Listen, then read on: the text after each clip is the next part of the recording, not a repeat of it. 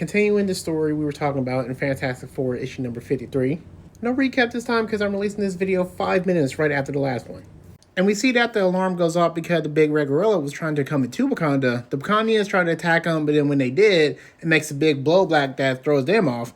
Then the Fantastic Four is like, alright, it's clobbering time, flame on, then to get into action.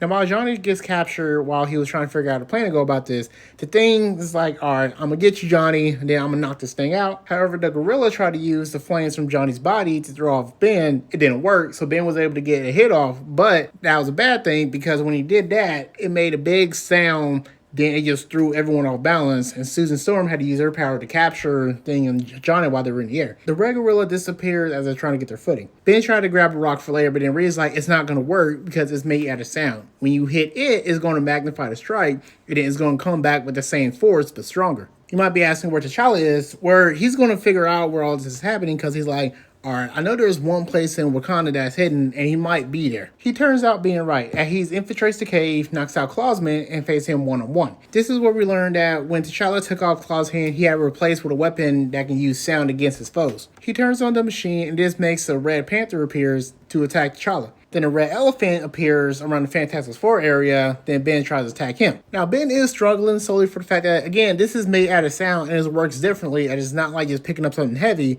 It just has more pressure to it, and it's really hard to hit with every hit that he throws. Even T'Challa having problems, but not as much as Ben has, as he's actually able to hold his own against the Red Panther. But then he calls like, this might be an issue. He turns off the machine, the Red Panther goes away, but as he gives his monologue, they're like, oh, I'll take everything that's in Wakanda, and I'll take out you and your men. But while he wasn't paying attention, T'Challa was pressing certain buttons behind him, and he was able to make the lab explode. He got out just in time for the cave to be destroyed. And in the process of that, all the giant red animals were disappearing. Now, the day is saved, and they offer T'Challa, hey, how about you come back to America with us? T'Challa's like, maybe, I might do it. I'll think about it. But at the same time, Claw's still alive, and he's like, maybe I can make myself into something of a sound creature. Then he goes into his machine and turns it into sound, but we don't learn about that until later. Now, this is it for the story, and I do want to say I'm not really going to get back to this story specifically, but there are some other earlier adventures of T'Challa that I kind of wanted to go over. But thank you for watching.